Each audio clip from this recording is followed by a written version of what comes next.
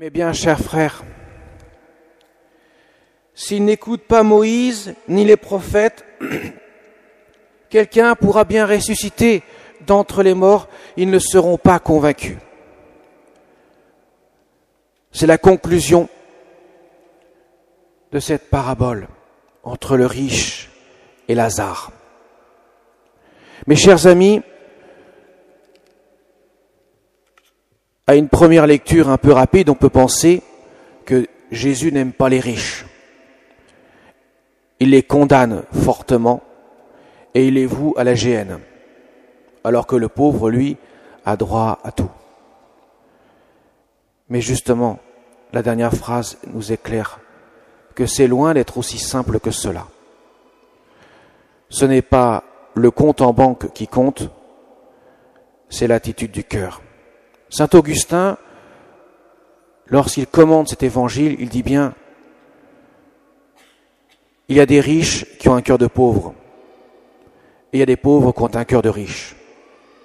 Si on est pauvre et on est attaché au peu de biens qu'on a, et qu'on y tient de telle sorte qu'on tuerait père et mère pour le garder, c'est signe qu'on a un cœur de riche, selon l'Évangile, et non pas un cœur de pauvre. » Saint Augustin dira, finalement, ce qui est en jeu, c'est le vice et la vertu, le vice qui est l'orgueil et la vertu qui est l'humilité. Mes chers amis, c'est le riche orgueilleux et le pauvre humble dont l'Évangile nous parle. C'est là que se situe l'essence même de ce que Jésus veut nous dire. Il n'y a rien à faire. L'humilité permet l'accueil du don de Dieu. L'orgueil, au contraire, ferme la porte du cœur et revendique tout en termes de droit. Il suffit de voir en ce moment ce que pense notre société. Nous avons droit à ceci, droit à cela. Même la vie devient un droit. Je suis désolé, la vie, c'est pas un droit. La vie, c'est le fruit d'un amour, d'un don d'amour. On ne peut pas revendiquer que j'ai droit à ceci qui touche la vie et ne pas faire en même temps un objet, une marchandise, un bien de consommation. La vie est ce qu'il y a de plus précieux pour l'homme. C'est le fruit d'un amour, c'est le don de Dieu. Et si nous nous écartons de cela, nécessairement, tout devient et tout est réduit en termes de droit. Et par conséquent, ne nous étonnons pas que l'homme ne vaut plus rien. Parce que si l'homme n'est rentable, si l'homme rentable a le droit d'exister et l'homme utile a le droit d'exister, voyez que le don, l'amour, n'existe plus. Je satisfais un besoin. Mes chers amis, Jésus montre à quel point que si nous ne sommes pas dans l'accueil du don de Dieu, c'est ce qui doit caractériser le chrétien. Il vit du don de Dieu. Le don permet l'ouverture du cœur et Dieu réside dans son cœur. Dieu vit dans son cœur, comme le dira saint Paul. Et alors à ce moment-là, il y aura la paix dans le cœur, la joie dans le cœur, la patience, tous les fruits de l'Esprit Saint. Mais si le cœur se ferme, si le cœur est dans la revendication, eh bien, il y aura tout le reste. Saint Paul en parle, débauche, impureté, orgueil, vanité, et toutes sortes de choses mauvaises qui sortent du cœur. C'est l'orgueil contre l'humilité. Et il n'y a rien à faire.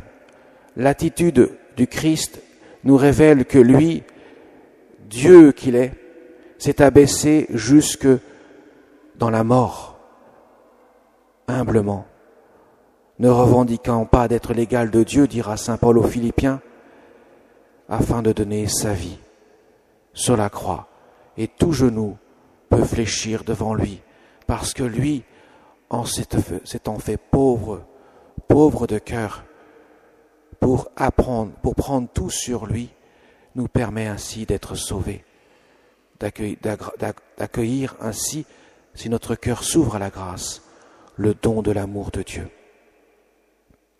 Mes chers amis, nous pouvons penser que cet évangile finalement concerne quelques-uns. C'est tellement facile de dire « ça ne me concerne pas, ça concerne le voisin à côté de moi. Lui, il est tellement orgueilleux, il pense qu'à lui, etc. » Mes chers amis, il en est bien différent. Le riche, c'est nous tous. Le pauvre, ce l'est aussi. C'est jamais tout blanc, tout noir dans notre cœur. Il y a toujours une part d'ombre et une part de lumière. Et que nous devons sans cesse mettre notre cœur sous le regard de la lumière de Dieu. C'est trop facile de dire que ça ne concerne que quelques-uns, pas moi. Moi, je suis un homme bien. Non. Souvent, nous avons besoin de nous tourner vers le Seigneur et de dire « Seigneur, je suis un homme pécheur, comme le publicain. » Et non pas comme le pharisien qui dit « Seigneur, moi, tu vois, je suis extraordinaire, tu ne peux que me louer. » Comment puis-je progresser dans la compagnie de l'amour de Dieu? Dieu m'accompagne sur cette terre. Il réside dans mon cœur. Et peu à peu, tous les replis de mon âme, il veut les convertir, ces replis. Il veut convertir les moindres cavités de mon âme pour qu'elle puisse être habitée par sa présence, par la présence de son amour. Et cela demande beaucoup d'humilité, qui passe parfois par beaucoup d'humiliation. Jésus nous demande vraiment d'avoir ce cœur ouvert, car l'ouverture du cœur permet à Dieu de nous sauver. Mais la fermeture du cœur, Dieu ne peut rien. Ils ont les Moïse et les prophètes qui les écoutent. Comment puis-je écouter Dieu si mon cœur se ferme à lui? Comment puis-je toujours être étonné de la parole de Dieu qui vient toucher mon cœur? À chaque fois j'entends l'Évangile, je dois le sentir résonner dans mon cœur, comme s'il était écrit et dicté pour moi aujourd'hui. Comment puis-je vivre loin de la parole de Dieu? Si cette parole n'habite pas mon cœur, comment pourrais-je laisser le Seigneur exaucer ma prière, si ma prière n'est qu'un enfermement de mon cœur sur moi-même? Le Seigneur attend tout de nous, mes chers amis. Sans cesse, il est à l'affût de notre cœur, de l'ouverture de notre cœur. Comme nous l'avons vu dans l'évangile de l'enfant prodigue, le père attend son enfant. Il ne peut rien tant que son enfant n'est pas arrivé, n'est pas retourné à la maison du père. Voilà pourquoi il est si important de regarder notre cœur et de le mettre sous la lumière de Dieu. Et non pas de regarder ce qui va mal chez le voisin. C'est une sale maladie de vouloir voir toujours ce qui ne va pas chez les autres et ne pas voir ce qui ne va pas chez nous. Ça nous conduit à un orgueil démesuré sans que nous nous en rendions compte. Mais si nous prenons le temps de dire « Seigneur, mon cœur a besoin d'être guéri par ta miséricorde », eh bien, nous ne passons pas notre temps à voir ce qui ne va pas chez les autres et qui entraîne souvent de la colère, de la jalousie, de la médisance, même voire de la calomnie parfois.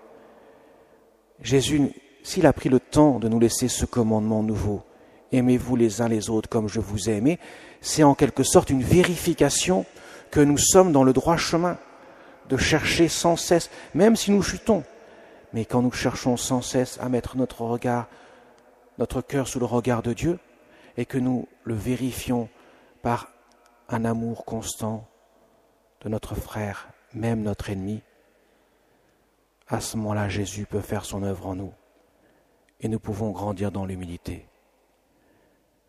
Mes chers amis, la vie chrétienne, la vie spirituelle est un combat un long combat. Nous avons la vie entière sur la terre pour le mener. Et nous avons des aides précieuses qui sont à notre porte, en particulier le cœur immaculé de Marie, notre maman du ciel, qui guérit en quelque sorte par son intercession auprès de son Fils, par la prière que nous pouvons lui adresser, qui guérit en quelque sorte notre attitude pour nous pencher davantage vers le Seigneur. Demandons cela au Seigneur. Quand nous avons une demande à faire à Dieu, elle doit d'abord concerner la volonté de Dieu pour nous-mêmes. À ce moment-là, nous pourrons demander à Dieu telle ou telle chose qui nous tient à cœur. Mais si nous commençons par demander à Dieu dans notre prière, je veux, Seigneur, que tu exauces telle ou telle intention, mais que je me passe bien de lui demander, aide-moi à m'enquérir de ta volonté, à la chercher ardemment. Dieu me dira, ta prière, elle n'est pas complète, il lui manque l'essentiel. Comment puis-je l'exaucer puisque tu mets une barrière en travers de ma volonté pour que je puisse accomplir ce qui est bon en toi? La Vierge Marie nous le fait comprendre de l'intérieur. Au pied de la croix, elle a demandé que sa volonté, la volonté de Dieu se fasse dans son cœur. Elle a accepté tout ce que Dieu lui demandait parce que son cœur était humble. Et elle a porté ce fardeau dans son cœur. Et elle porte ainsi chacun de nous, unis au cœur de Jésus, pour que nous puissions, nous aussi, comme la Vierge Marie, répondre ardemment à la volonté divine. Ne l'oublions jamais. Marie, comme elle a dit à Lucie, à Fatima, mon cœur immaculé sera, et on peut mettre au présent, est ton refuge et ton soutien qui te conduit à Dieu. Amen.